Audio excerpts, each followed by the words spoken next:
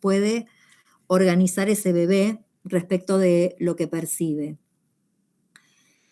Para poder interactuar, digo, ya vinimos hablando hoy toda la clase, ¿no? De todos los factores, ¿no? Que ayudan o que favorecen que ese bebé esté atento, tranquilo. Entonces, podríamos pensar que uno de los factores importantes a evaluar y a mirar respecto de la capacidad de interacción es el estado en que se encuentra ese bebé, ¿sí? Es un bebé que está despierto, que está tranquilo, que se mueve mucho, que no, ¿sí? Bueno, tenemos que detectar en primer lugar cómo se encuentra ese bebé y si está disponible para la interacción. Otro de los factores que vamos a tener en cuenta es la disponibilidad de los cuidadores, puse yo, pero en realidad es del adulto, ¿no?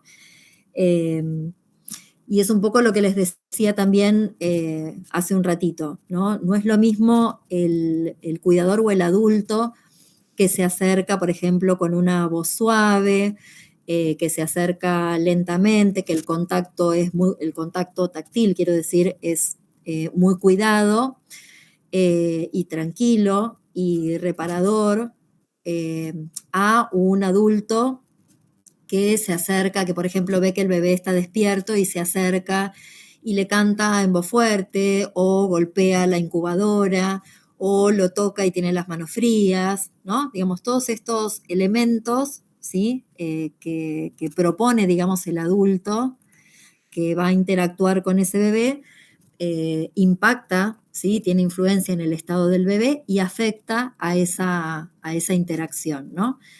Y por último, las barreras impuestas por el ambiente, ¿sí? Todo lo que tiene que ver con los estímulos sensoriales y cuánto de eso puede interferir en la capacidad de interactuar del bebé con un otro o con el ambiente, ¿no? Todos estos elementos o estas variables lo que nos van a mostrar es la calidad de la interacción, ¿sí? O sea, interactuar se puede interactuar, el tema es que esa interacción sea la adecuada, que sea cuidada, que no desregule al bebé, que permita que ese bebé, el tiempo que está despierto y en alerta, ¿no? Pueda estar atento, pueda percibir estímulos, pueda recibir estímulos del ambiente, ¿no? Y que, nada, esté lo más regulado posible, ¿sí? Así que no solo es de qué manera está el bebé o solamente de qué manera está el ambiente, sino que es la conjugación de esas tres variables.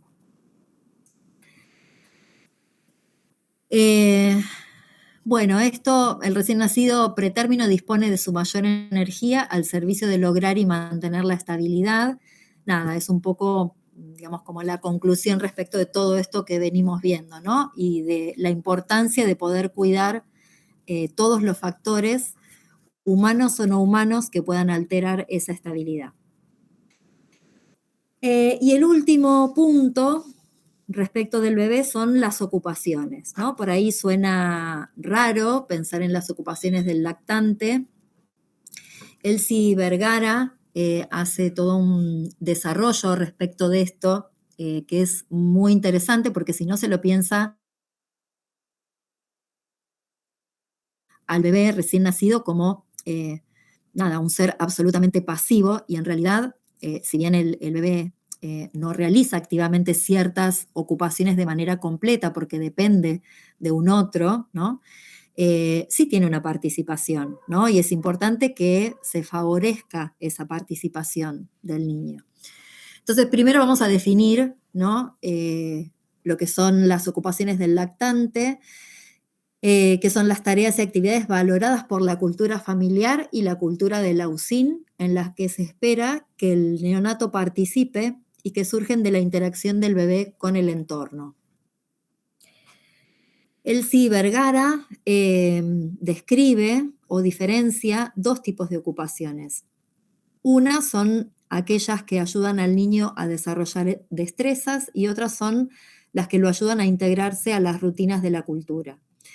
La que tiene que ver con el desarrollo de las destrezas es la exploración. Y las que tienen que ver con la integración a las rutinas de la cultura tienen que ver con la comunicación, con la interacción y con la alimentación. Ahora vamos a ver una por una.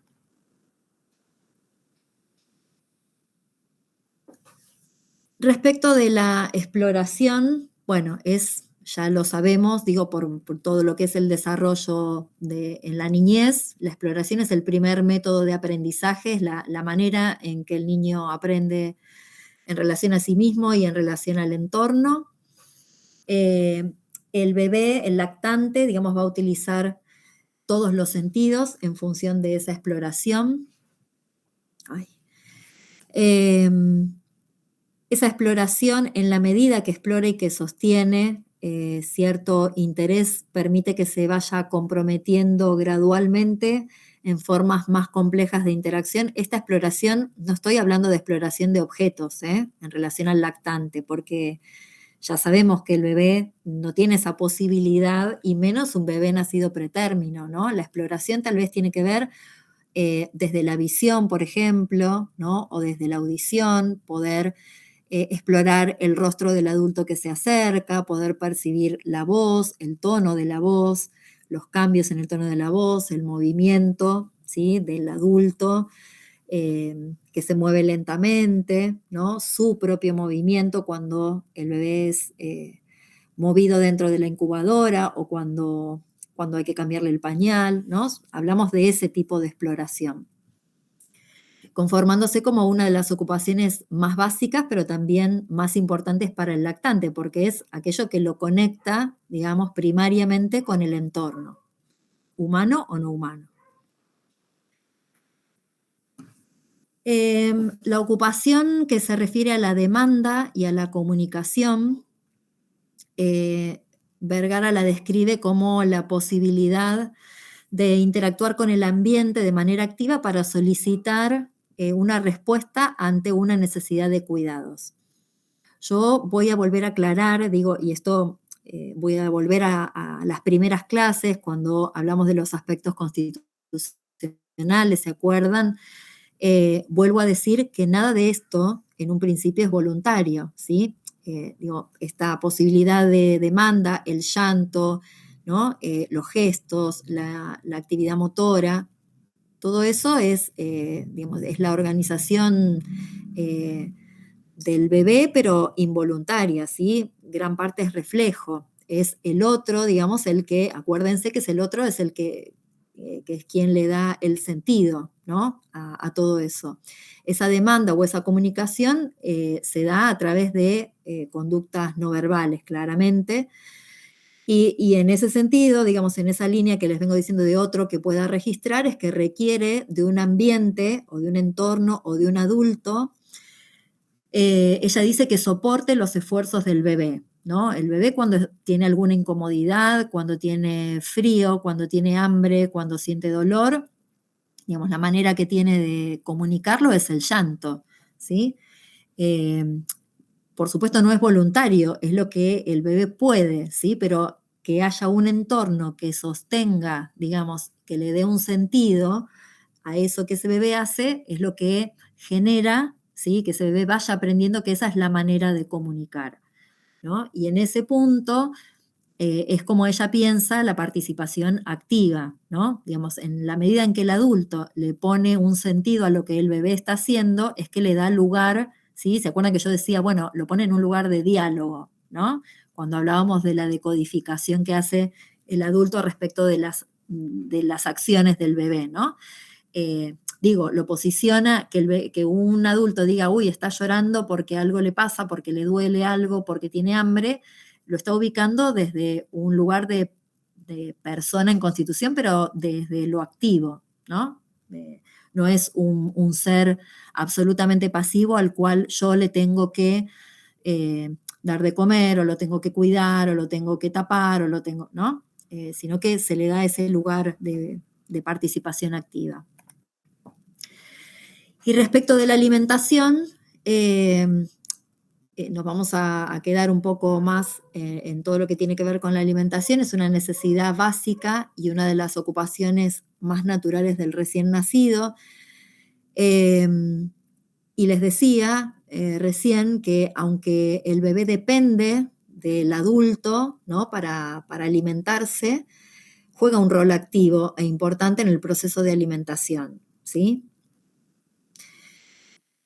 En relación al bebé que nace pretérmino o algún bebé que nace con alguna dificultad, ¿no? Digamos, la alimentación se tiene que configurar de una manera particular, es necesaria, ¿sí? Entonces, sí o sí, de alguna manera hay que alimentar a ese bebé. Entonces, si no lo puede hacer por sí mismo, por succión, vamos a tener que pensar, ¿no? En distintas maneras, ¿sí? De que ese bebé se alimente.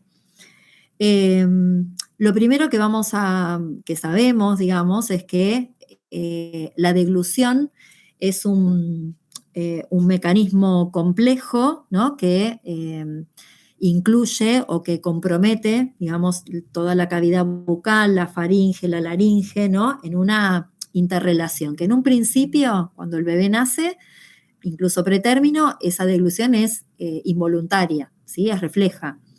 Y en cuanto, digamos, ese bebé se va desarrollando, esa deglución se convierte en un acto voluntario. Decíamos antes de la importancia de los reflejos orales primitivos, ¿no? El reflejo de búsqueda, el reflejo de succión, y los reflejos de protección, ¿no? El reflejo tusígeno y el de arcada, ¿no? Como absolutamente necesarios para pensar en la alimentación oral. Cuando hablamos de succión, tenemos dos tipos de succión. La succión, antes de entrar en cada uno de los tipos, la succión se encuentra madura después de las 36 semanas de gestación, más o menos, ¿sí? Si bien hay una succión no nutritiva, que es la que decíamos antes, ¿no? Que se da en el útero materno, ¿no? Cuando el bebé, vieron que muchas veces se hacen los estudios de imágenes y aparecen los bebés chupándose el dedo, bueno, esa sería la succión no nutritiva, pero la succión, digamos, con las posibilidades de alimentarse se da a partir más o menos de la semana 36. Si el bebé nace previo a eso, no está preparado, ¿sí? Para alimentarse por succión. Bueno, les decía que hay dos tipos de succión. Una es la no nutritiva y otra es la nutritiva. La succión no nutritiva es aquella que le permite al bebé regularse, ¿no? Regular su estado. Y tiene un ritmo muy rápido, ¿sí? Porque no tiene la función, ¿sí? De incorporar el alimento. Por eso yo les decía que teniendo en cuenta el posicionamiento o para tener en cuenta el posicionamiento, que las manos estén cerca de la cara y cerca de la boca, tiene que ver con que el bebé pueda utilizar, digamos, esa estrategia de la succión no nutritiva para calmarse y autorregularse. La succión nutritiva, bueno, no es muy difícil de saber de qué se trata, es aquella que permite la obtención del alimento. Es una succión que va a ser bastante más lenta que la succión no nutritiva, porque además tiene que darse una integración, ¿sí? Y una coordinación entre la succión, la deglución y la respiración, ¿sí? Eh, Digo, cuando el bebé succiona y traga, no puede respirar al mismo tiempo, ¿no? Esa integración, ese proceso, digamos, de aprendizaje y de práctica y de experiencia de esa integración se da bastante más adelante, se da cerca de los 3, 4 años, ¿sí? Por eso los bebés se atragantan, ¿no? Sobre todo en el primer tiempo, ¿sí? Porque no pueden no pueden coordinar, digamos, las distintas funciones. Bien. ¿Cuáles son los problemas más frecuentes en el recién nacido pretérmino en relación a la alimentación? En primer lugar, esto que decía recién, ¿sí? Puede aparecer, en general aparece una desorganización de los patrones de succión, deglución y respiración. Eh, si el bebé succiona, puede aparecer una fatiga rápidamente. Los reflejos motores orales, depende del momento del nacimiento y del tiempo de gestación, pueden estar deprimidos, ¿sí? Esto que decíamos que no están del todo desarrollados. Que el bebé por el tono muscular bajo no pueda hacer el cierre labial, ¿sí? Entonces aspire aire, por ejemplo, cuando succiona. que la succión sea muy débil, que no tenga una adecuada estabilidad mandibular, ¿no? Que le permita realizar la succión adecuadamente, que haya una hipersensibilidad oral, que predomine el tono extensor, que haya tono muscular bajo, que haya pobre estabilidad del cuello, del tronco y de los hombros. Esto lo que va a generar es una posición, digamos, poco adecuada para el momento de la alimentación, ¿sí? Recordemos que si tenemos una pobre estabilidad, un tono muscular bajo, ¿sí? En el momento de estar posicionado para la alimentación, cualquier movimiento lo desestabiliza, la pobre estabilidad del cuello no permite, ¿sí? Que ese bebé pueda tomar la teta adecuadamente, ¿sí? Necesita un montón de apoyos, ¿sí? Y en ese punto se requiere una educación muy cercana, digamos, de la mamá, ¿no? En relación a cómo tiene que estar posicionado ese bebé. Vuelvo a decir, tiene un tono muscular muy bajo, con lo cual no es como los bebés nacidos a término, que uno los posiciona y por ahí el bebé mueve el bracito, toca la teta de la mamá, mueve las piernitas, ¿no? Puede sostener de alguna manera la alineación. Bueno, en este caso, nada de eso va a estar presente. Otro de los problemas frecuentes es que el bebé no perciba y no pueda comunicar señales adecuadas de sed y de hambre, ¿no? Que el adulto no sepa, no pueda, o que el adulto además no pueda decodificar, ¿no? Cuando ese bebé tiene hambre. Que aparezca una gran irritabilidad y por lo tanto una desorganización neurológica. Y después, digamos que con todo esto, más la situación clínica de ese bebé y todo lo que esté transitando en la internación, que no pueda ganar peso, ¿no? Y otro gran problema es el reflujo. Bueno, decíamos que cuando el bebé nace muy chiquitito y no están las condiciones dadas para la succión, para la alimentación por succión, tenemos que acudir a otro tipo de alimentación, ¿no? Tenemos la alimentación parenteral y la alimentación enteral. La nutrición parenteral es la administración de nutrientes vía venosa. En general se usa, cuando los bebés son muy chiquititos, se usan los primeros días y después de acuerdo a la maduración y a las posibilidades que tenga ese bebé, se cambia, ¿no? a la enteral. Y la alimentación enteral puede ser por sonda orogástrica o nasogástrica. La sonda orogástrica es la que va por la boquita y la nasogástrica es la que va por la nariz.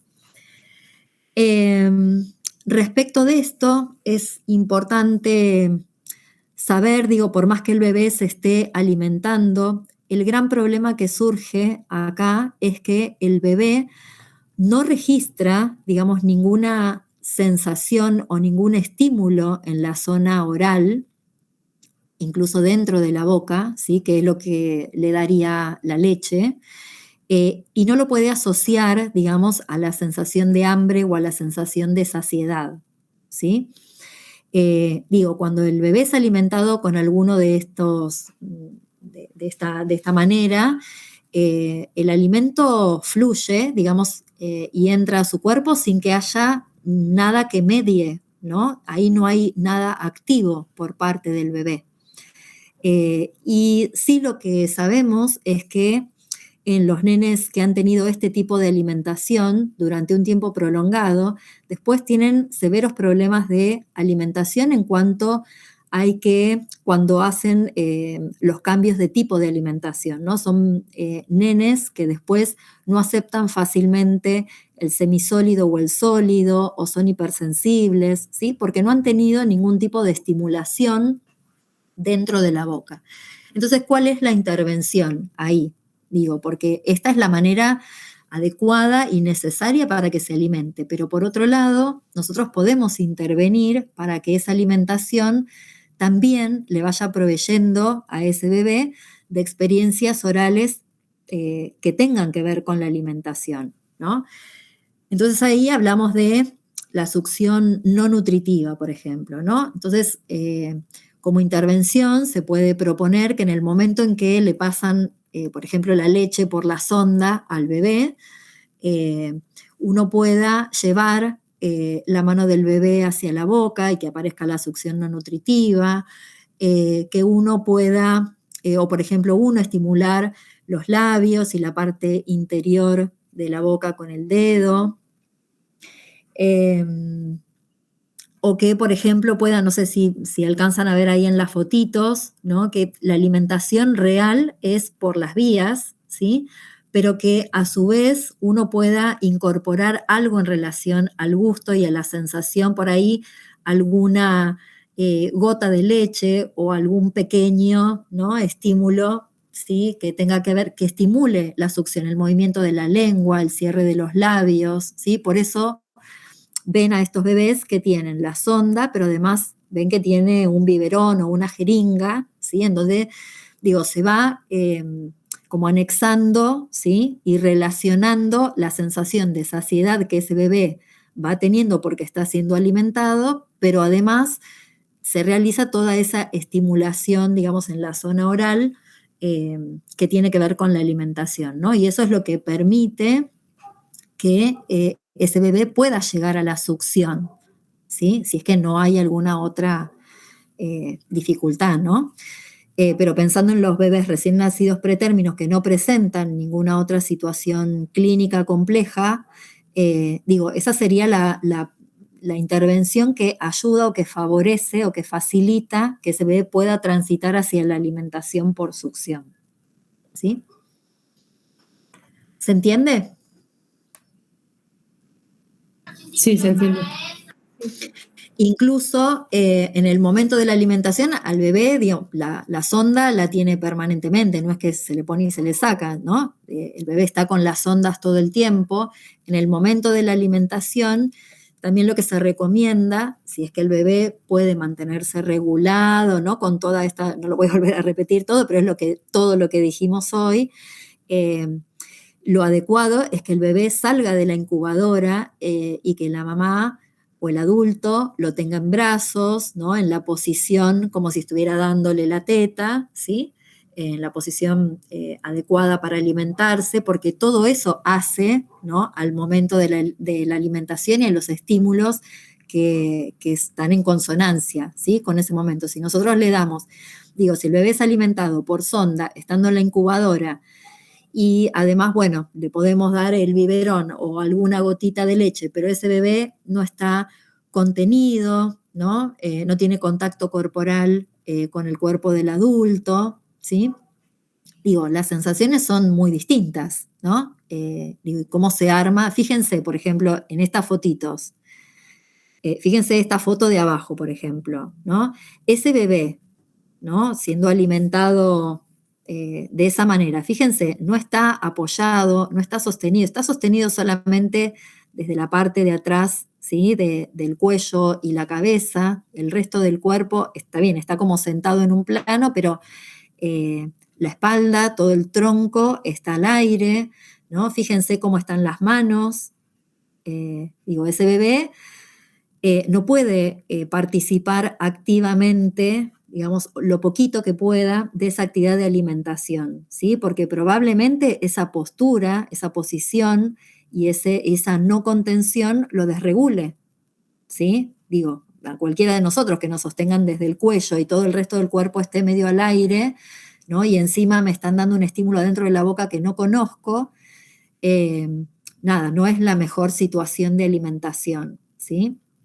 En cambio, fíjense en los otros, si bien no están en la posición en que en general un bebé, digamos, toma la teta, por ejemplo, o la mamadera, pero bueno, esos bebés están apoyados en un plano, ¿sí? Este está medio en el aire también, por más que tiene el plano, pero bueno, no está demasiado contenido, ¿sí? Entonces, nada, cuidar como todos esos elementos en el momento de la alimentación. Vuelvo para atrás un minuto porque esto no se los pregunté. Fíjense estas dos fotos, estas dos situaciones. La foto de arriba es un bebé nacido pretérmino, fíjense el tamaño, ¿no? Y el otro es un bebé nacido a término. ¿Cuáles son las diferencias que ustedes observan y cuáles les parecen que pueden ser dificultades, ¿sí?, que puedan aparecer en el momento de la alimentación? Mirando esas dos fotos, ¿qué es lo que les parece a ustedes que pueda obstaculizar, ¿no?, el momento de la alimentación en el bebé pretérmino a comparación del bebé a término?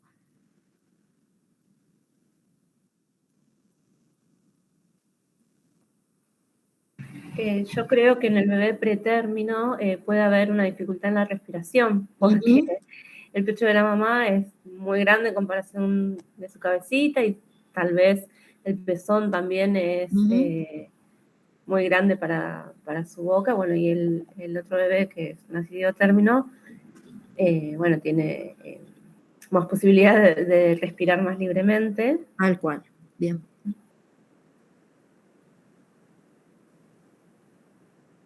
¿Algo más?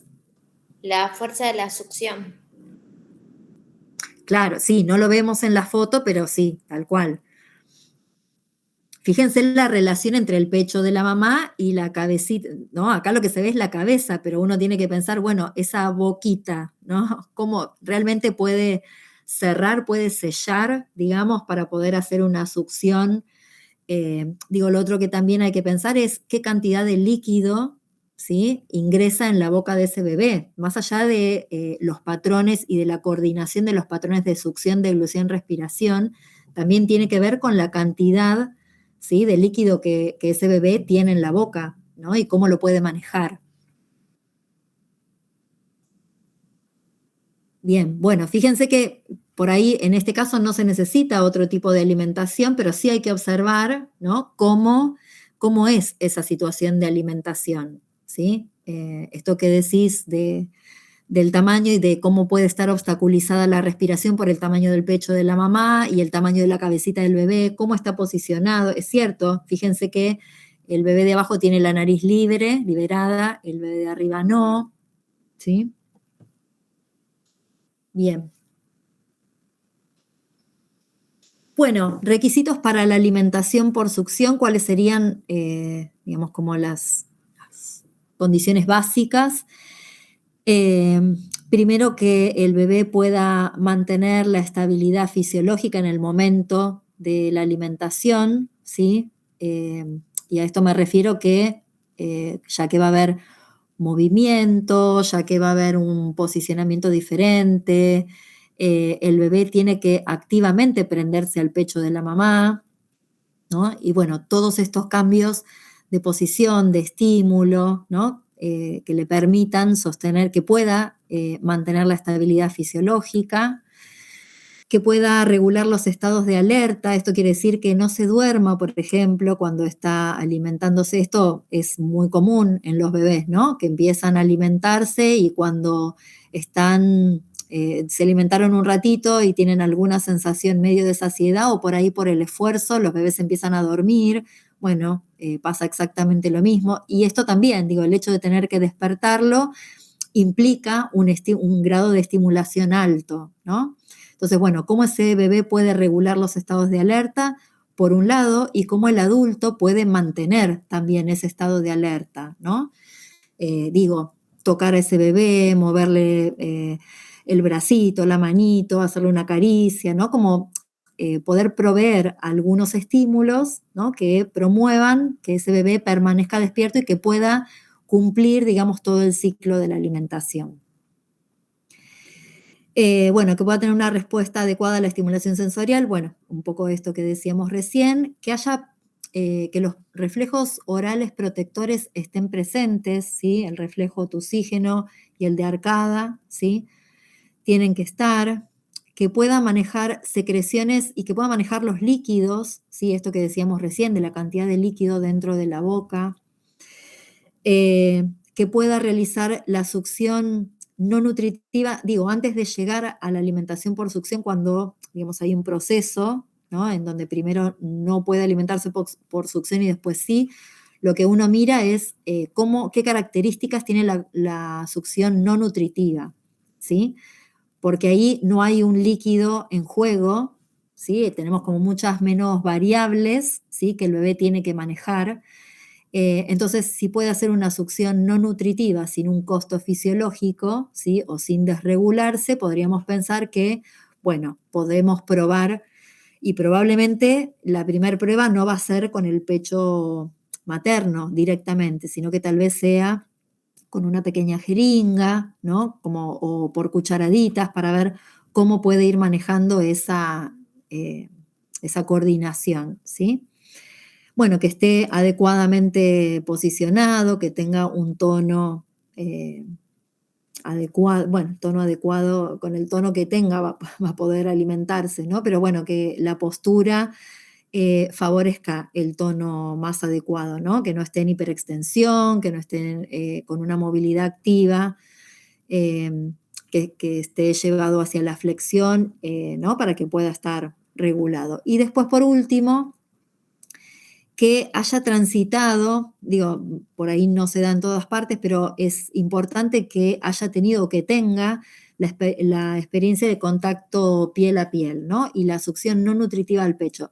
Esto no les dije cuando hablábamos de esto, ¿no? De las intervenciones y de todas las posibilidades que tenemos de estimulación y de llevarlo hacia la succión nutritiva, ¿no? Yo les dije el biberón o la pequeña jeringa o una cucharita, bueno, que el bebé sea alimentado por sonda, pero que esté al pecho de la mamá, ¿sí? También le da toda la estimulación y puede ir practicando de alguna manera el cierre de la boca, el movimiento interno, la posición de la lengua interna, ¿no? Y poder hacer ese pasaje, ¿no? A esto se refiere con la succión no nutritiva al pecho.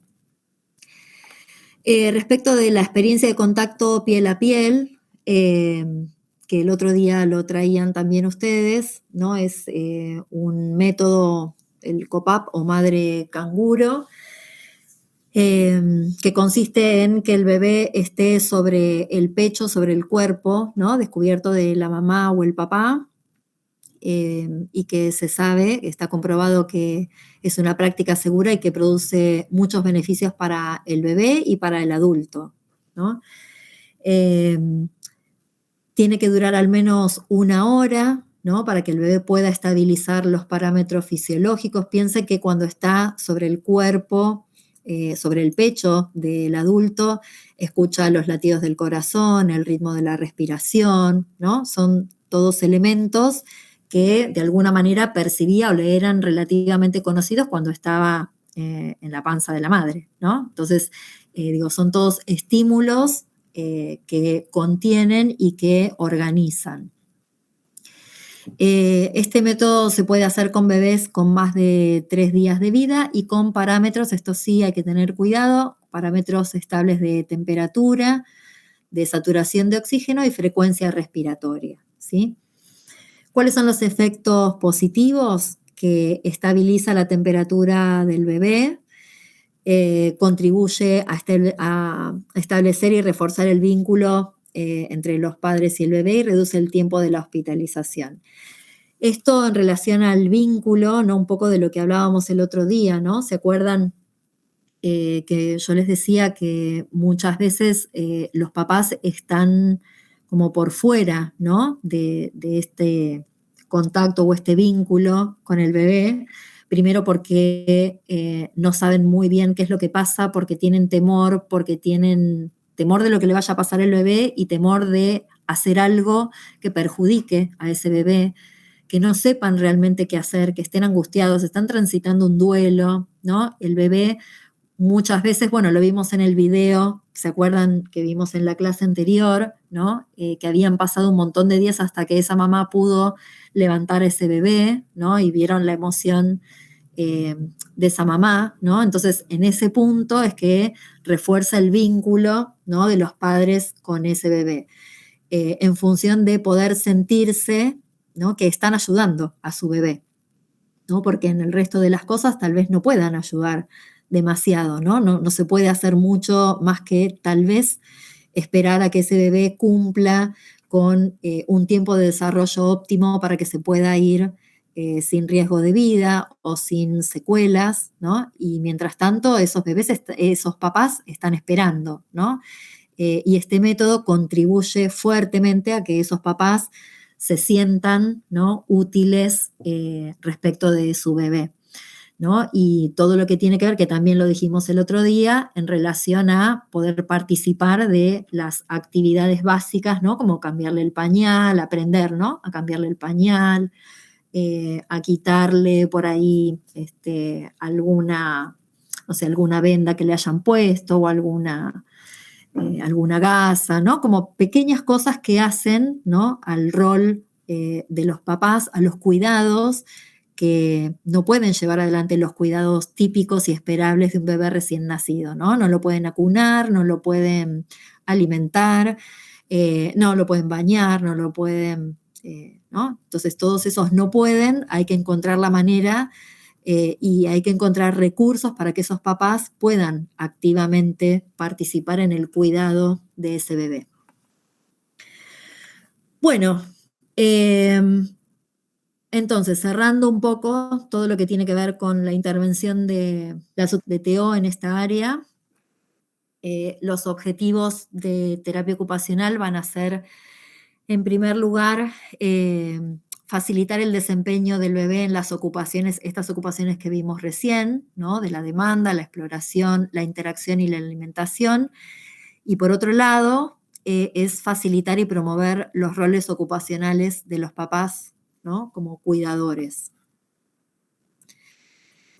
Y entonces las intervenciones, como decía hoy al principio de la clase, ¿no?, decíamos que se daban en 3 ejes, ¿no?, en el bebé, en la familia y en el entorno. Entonces podríamos pensar que en relación al bebé, las intervenciones van a estar dirigidas a promover y mantener, ¿no?, la estabilidad fisiológica del bebé en relación a todos los cuidados que vimos hoy, ¿no?, y a poder facilitar que ese bebé también tenga experiencias, adquiera experiencias, ¿no?, sin que pierda, ¿no?, esta estabilidad tan necesaria. Otra intervención es promover el posicionamiento adecuado y otra intervención es facilitar la respuesta social y de interacción del bebé con el medio, ¿no?, las que se puedan generar. Respecto de la familia, las intervenciones van a ser promover los roles de los cuidadores de manera activa, un poco esto que les decía recién. Una intervención esencial es la educación y el asesoramiento a la familia, ¿no?, esto de poder contarles qué es lo que se hace con ese niño respecto de nuestra intervención, ¿no? Poder contarles a los papás, que puedan observar, que puedan aprender a detectar, ¿no?, los signos de estrés, esto que decíamos antes, los signos de afrontamiento, en qué momento ese bebé está preparado para poder interactuar, de qué manera acercarse, cómo tocarlo, ¿no?, todo lo que vimos en relación a los estímulos.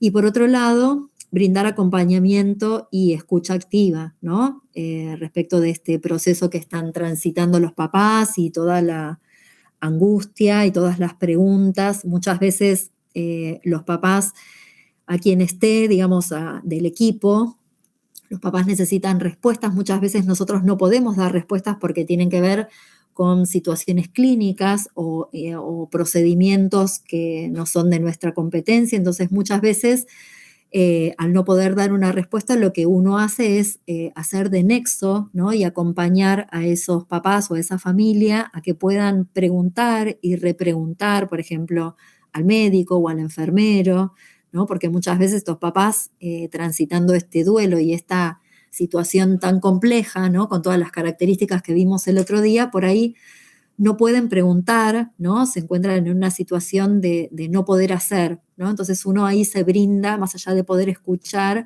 se brinda como el nexo o acompañando a esos papás a también poder preguntar y pedir ¿no?, la información que necesitan. Y después, respecto del ambiente, bueno, la intervención va a ser todo lo que vimos el otro día respecto de la graduación de los estímulos ambientales, ¿no? Y todo esto en función de poder minimizar las potenciales disfunciones del desarrollo que puedan ser efecto, ¿no?, de del nacimiento prematuro y sobre todo de las condiciones de ese primer tiempo, ¿no?, en la UCIN. Bien, bueno, hasta ahí, digamos, todo lo que tiene que ver con las intervenciones. Preguntas, aportes, opiniones.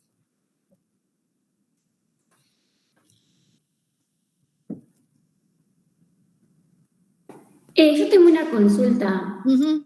¿Puede ser que en algún momento, aunque sea muy, muy breve el periodo, como se combinen la succión natural, digamos, la alimentación natural con la parenteral o la enteral, cuando hay como que se está haciendo el paso de una a la otra?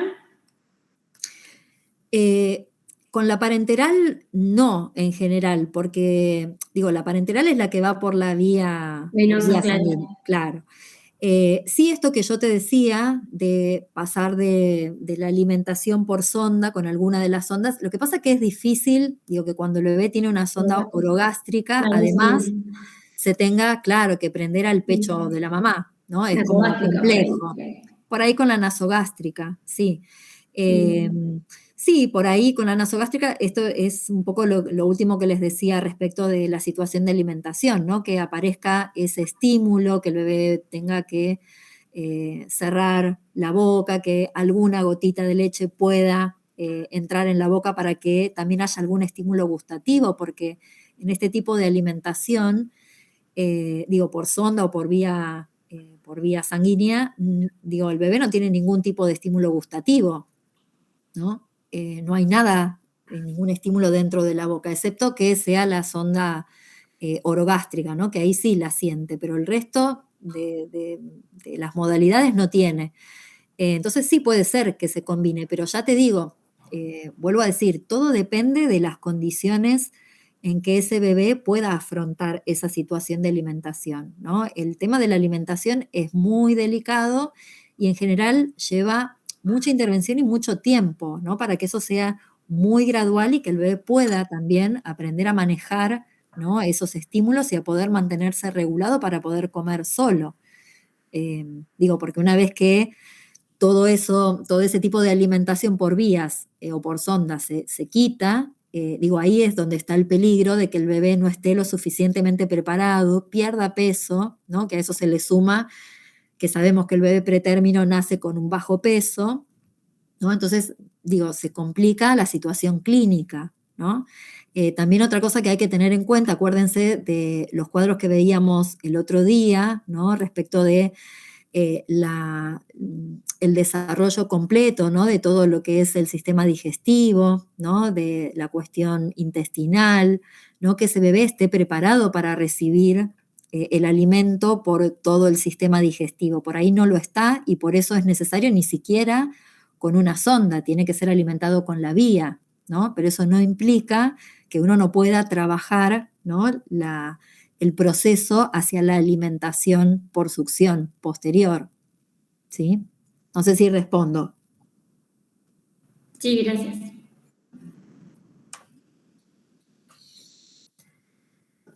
Bueno, nos quedan 10 minutitos. Si no hay por ahí otra pregunta, yo les había traído, se las dejé también en el aula.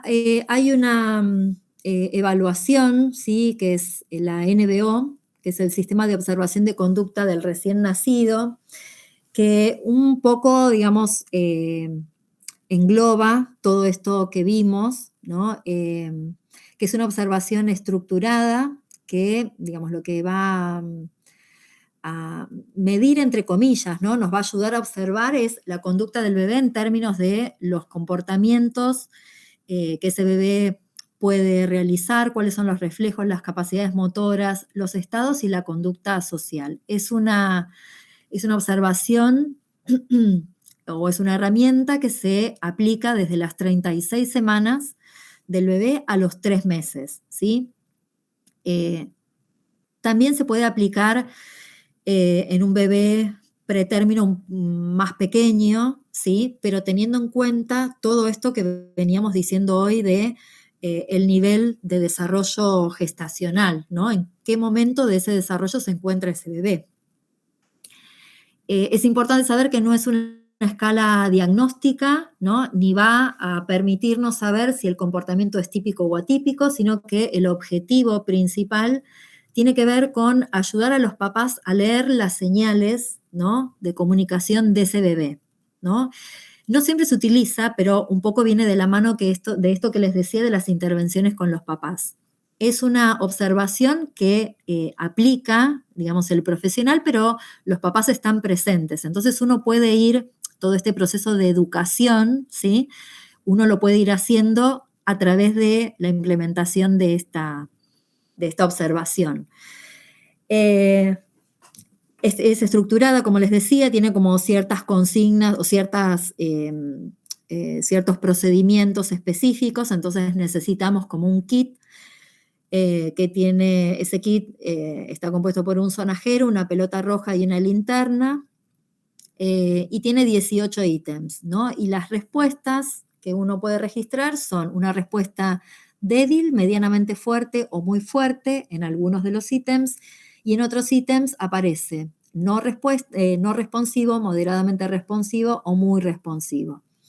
Después ustedes la pueden ver, yo se las traje acá, si teníamos tiempo íbamos a ver un poco cada uno de los indicadores, pero bueno, les muestro así de manera muy general. Después si hay alguna duda lo podemos hablar por el foro si quieren. Ven, por ejemplo, acá los puntos 1 y 2, lo que uno observa es la habituación, ¿no?, la capacidad de ese bebé a dejar de habituarse, no dejar de responder, pero sí de habituarse a estímulos del ambiente, estímulos perturbadores, ¿no? Y esos estímulos perturbadores pueden ser, por eso uno lo toma con una linterna, ¿no? Entonces, bueno, lo que uno va a observar es a las cuántas veces de que uno estimula al bebé con la luz de la linterna, ese bebé deja de responder, ¿no? O se habitúa a ese estímulo, lo mismo con el sonido, ¿no? Uno hace sonar el sonajero 1 segundo, se detiene, lo mismo con la luz, ¿no? 1 segundo, se detiene 5 segundos, vuelve a provocar el estímulo, se vuelve a detener, y uno lo que va observando es cómo ese bebé responde en primer lugar y si se va atenuando, digamos, la respuesta a esos estímulos perturbadores. Después lo que uno va a mirar es el tono muscular, los reflejos, ¿no?, de búsqueda, de succión, la prensión palmar, esto lo que uno hace es estimular el reflejo, ¿no? Todos ya sabemos cómo se estimulan esos reflejos. Respecto del tono muscular, hay una manipulación, digamos, específica de los bracitos y las piernas. Lo que uno hace es flexionar, por ejemplo, las piernitas, flexiona los tobillos, las rodillas y las caderas y lleva, digamos, todo el segmento hacia la flexión sobre el tronco, después lo estira y suelta, y lo que uno observa es cómo es la respuesta en términos del retorno, se llama, ¿sí? Digamos, uno flexiona, extiende, y lo que va a medir, si es fuerte, mediana, fuerte o débil, es si ese bebé puede volver a la flexión, si se mantiene en extensión, ¿no? Y cuáles son esas características, por ejemplo. El tono de cuello y hombro se mira traccionándolo, llevándolo del decúbito dorsal al sentado. Hacemos la tracción a sentado con mucho cuidado, sobre todo si son bebés pretérmino, y lo que uno va a mirar es si ese bebé tiene algún tipo de respuesta respecto del posicionamiento de la cabeza. Y la respuesta de reptación es ponerlo al bebé en decúbito ventral y ver cuál es la reacción y si aparece, digamos, algún posicionamiento, ¿sí?, de los miembros, digamos, que tiendan a una respuesta de reptación.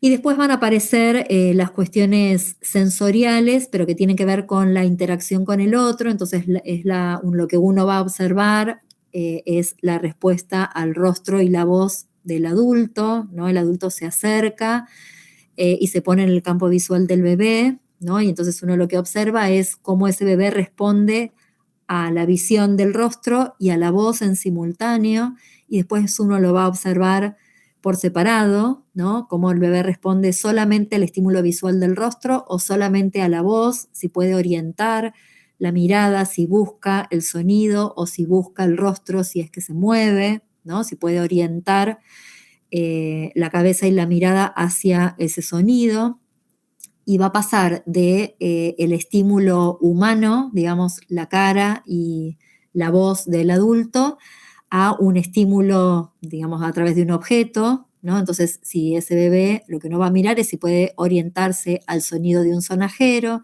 uno lo va a probar de un lado y del otro y observa si el bebé gira la cabeza para un lado o para el otro.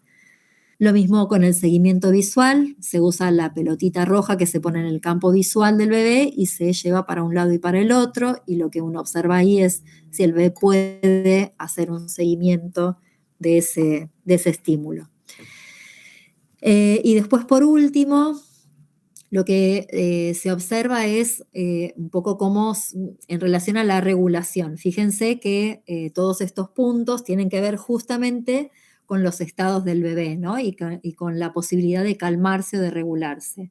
Entonces, si aparece el llanto durante la observación, ¿no? Que en realidad está descrito como que hay que provocar el llanto, ¿no? Con una estimulación suave, pero que el bebé llegue a llorar.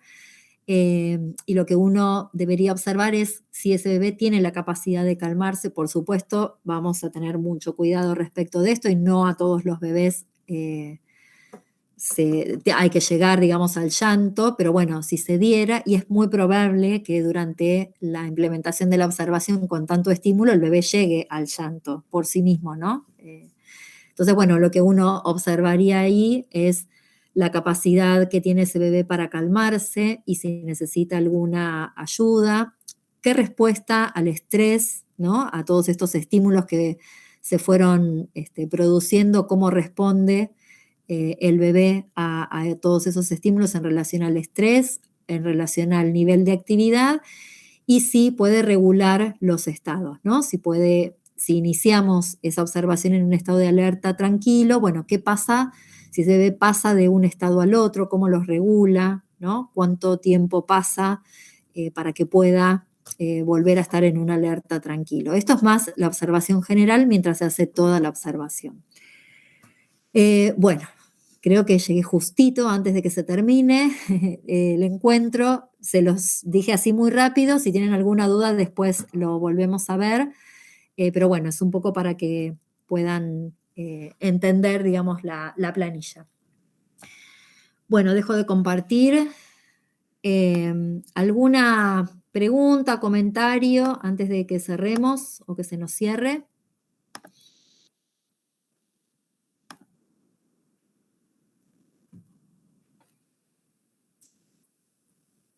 ¿Sí? ¿Claro? Digamos, tienen mucho material, yo les puse mucho material de lectura, sí, sobre cada una de estas cosas, así que está bueno que lo puedan mirar, tienen mucho tiempo para poder hacerlo. Para los que no estaban cuando iniciamos el Meet, acuérdense que yo había dicho que iba a haber una instancia de evaluación cuando terminábamos esta clase, o sea, de las primeras 4 clases, como la próxima clase que nos tocaría es el feriado. Yo voy a subir, la evaluación va a ser en la plataforma, y yo la voy a subir la semana posterior al 25 de mayo, al feriado, ¿sí? O sea que tienen las 2 semanas que tendrían, digamos, hasta la próxima clase, como para poder leer, hacer la actividad en la plataforma y demás. Cualquier duda que vayan teniendo, la vemos por la plataforma, no hay ningún problema. En el foro, pueden escribir en cualquiera de los foros que están abiertos, y las vamos viendo por ahí. Y yo subo la evaluación en esa semana posterior al feriado y antes de la clase siguiente, ¿sí? Bueno. Perfecto, muchas gracias, Claudia. Gracias, buenas noches. Chicos, buen fin de semana.